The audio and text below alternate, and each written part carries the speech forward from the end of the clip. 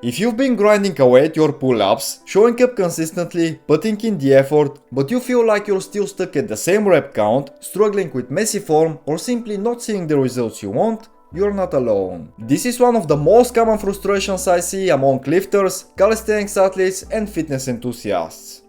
The truth is, improving your pull-ups isn't just about doing more reps or pushing harder. Real progress comes when you address the full picture, refining your technique, strengthening the right supporting muscles, preparing your body properly, and applying smart, progressive strategies that move you forward. As a personal trainer who's worked with countless clients facing this exact roadblock, I can tell you, almost everyone underestimates how much these layers matter. But once you know where to focus and how to train intentionally, things start to change. And often, you'll be surprised at how fast improvements come when you're working on the right things. In this video, I'm going to walk you step by step through the complete roadmap to fix your pull-ups, breaking down the exact strategies you need to build stronger, cleaner, more powerful reps. No fluff, no gimmicks. Just proven methods you can start applying right away.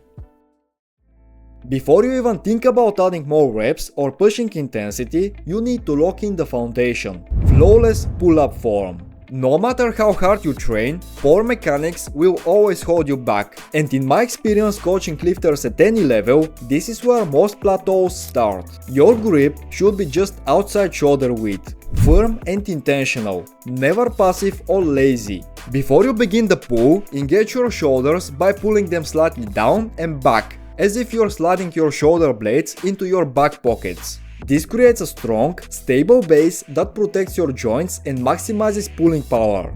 Next, brace your core tightly and squeeze your glutes to lock your body into a slight hollow position, preventing swinging or lower back arching. As you pull, drive your elbows down and slightly back, lifting your chest without craning your neck or overextending your head just to clear the bar. At the top, aim to bring your chin over the bar smoothly, with elbows tucked and shoulders packed down away from your ears. No shrugging or collapsing.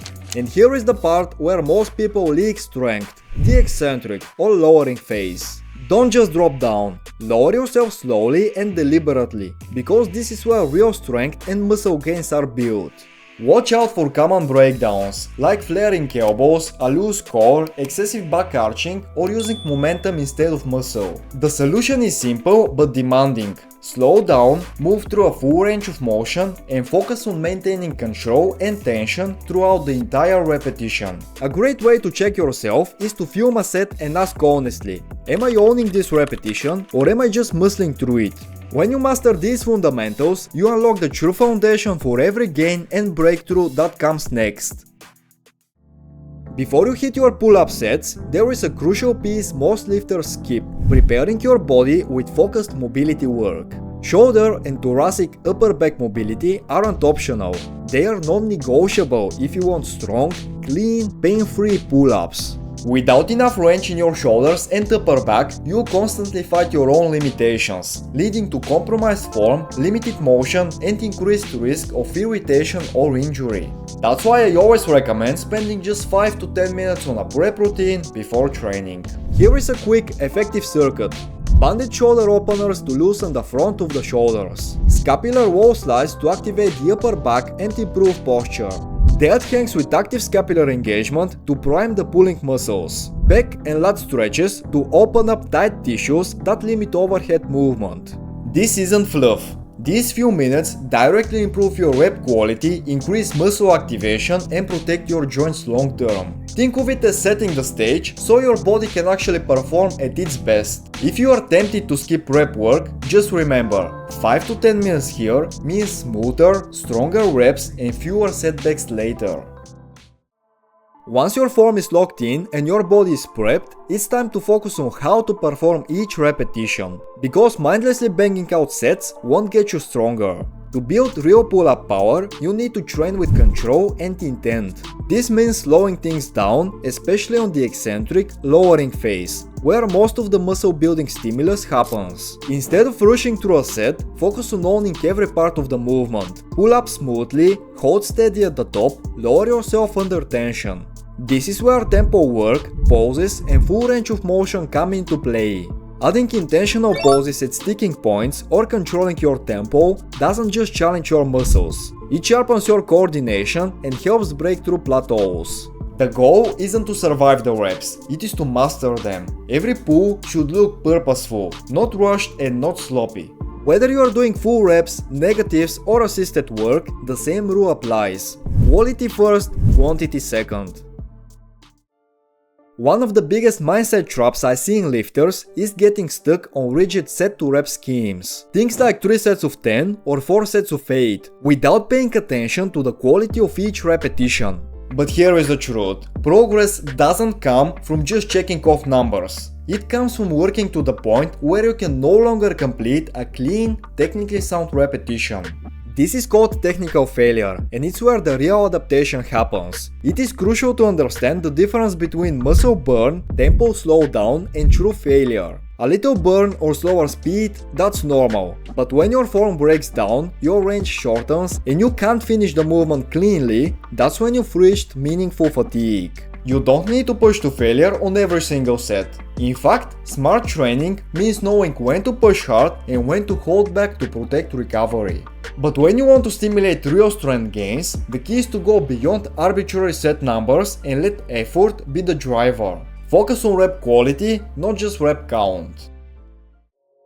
If you want stronger pull-ups, you need to understand they are not just a lat exercise, they are a full body movement. Yes, the lats are central, but so are the forearms, grip, biceps, brachialis, rear delts, rhomboids, scapular stabilizers and core. Any weak link here will hold you back. That's why smart pull-up training includes targeted work for these supporting players. For grip and forearm strength, add towel hangs, ring holds or dead hangs. A stronger grip means more control on the bar. For the biceps and brachialis, mix in chin-ups, hammer grip pull-ups or curls. These muscles assist every pulling pattern. For rear delts, rhomboids and scapular control, use face pulls, band pull-aparts or scapular pull-ups to improve posture and shoulder health. And don't skip your core. Hollow body holds, hanging leg raises or dragon flags help you maintain that tight, stable body position that makes each pull-up more efficient.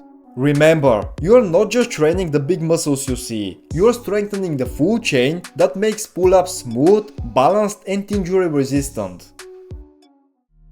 Here is another key to keeping your pull-up progress moving. Vary your grip regularly. Too many lifters get stuck repeating the same hand position over and over, usually overhand shoulder width, which limits strength development and increases overuse risk. By rotating through different grips, you challenge your muscles from new angles and develop a more complete pulling system. A wider grip hits more upper lats and teres major. A narrow or neutral, palms facing grip brings in more biceps and brachialis. A supinated, chin-up grip emphasizes biceps even more and can feel easier for some when building strict strength. This is where gymnastics rings become a game changer. Rings allow your hands and shoulders to move naturally, reducing joint stress compared to a fixed bar. They also increase intensity by demanding more stabilization, making even basic pull-ups or rows feel fresh and challenging. Don't lock yourself into one grip or one tool. Mix it up to prevent overuse, challenge your muscles and build adaptable, well-rounded strength. To keep advancing your pull-ups, you must apply progressive overload. But here is the key. It has to be measured and intentional, not just mindless volume. Too often, people think progression only means adding more reps every week. But there are many smarter ways to increase the challenge. You can slow down the tempo, especially on the eccentric, lowering phase, to increase time under tension. You can incorporate pauses at sticking points, forcing your muscles to work harder where you are typically weakest. You can extend your range of motion by starting from a full dead hang or pulling higher over the bar. As you get stronger, you can introduce external load, like a weight vest or backpack, or advance to more demanding drills like one-arm eccentrics or archer pull-ups. And don't forget, using gymnastics rings is another great way to increase intensity while reducing joint stress, thanks to their natural freedom of movement. Remember, the most important part is quality comes first. Progression is about gradually making things harder while maintaining excellent form, not just piling on extra reps or sets for the sake of it. Stay patient, track your progress carefully, and make sure that each overload step builds you up rather than breaks you down. Now let's pull everything together into a smart, effective workout blueprint. To get the most of your session, always start with your hardest variations when you're freshest. This is when you can give them your best effort. For advanced lifters, that could mean weighted pull-ups or high difficulty drills like archer pull-ups or one-arm eccentrics. For intermediates, strict bodyweight pull-ups with clean tempo and full range are your bread and butter. For beginners, start with controlled negative eccentric pull-ups, band-assisted pull-ups or ring-assisted variations. Just remember, form comes first. Bands and rings are tools, not crutches. Use them to train proper mechanics, not to cheat your way through reps. After your primary pulling work, move to slightly easier progressions or volume sets, where you focus on accumulating clean reps. For example, bodyweight pull-ups, band-assisted pull-ups or ring rows. Then, balance your vertical pulling with horizontal pulling work, like bodyweight rows or ring rows, which strengthen the mid-back and support shoulder health. Finally, round out the session with accessory and isolation work. Face pulls for shoulder balance, bicep curls for arm strength, scapular drills for stability, and core exercises like hollow holds or hanging leg raises to keep your entire system tight. A simple sample session might look like 3 to 4 sets of your hardest variation, 2 to 3 sets of an easier progression for clean volume, 3 sets of horizontal pulls, and a circuit 2 to 3 accessory exercises for your upper back and arms with an optional core finisher. This structure maximizes intensity upfront, fills in volume with controlled reps, balances your pulling patterns and strengthens your stabilizers that make every pull-up better. It's a full system approach, designed for long-term gains, joint health and rock-solid technique. Let's finish up with what matters most. Progress doesn't happen overnight. Building bulletproof pull-up strength isn't about quick fixes or magic hacks. It's about showing up consistently, training with purpose, and stacking small, meaningful wins over time. Track your clean reps, stay intentional with your form, prioritize recovery and injury prevention. There will be weeks when progress feels slow, or when a sticking point frustrates you. That's part of the process. But if you stay committed, apply smart progressions, and keep refining your technique, you will break through. Remember, the athletes who succeed aren't the ones looking for shortcuts. They are the ones who fall in love with the process, the day in, day out work that compounds into something powerful.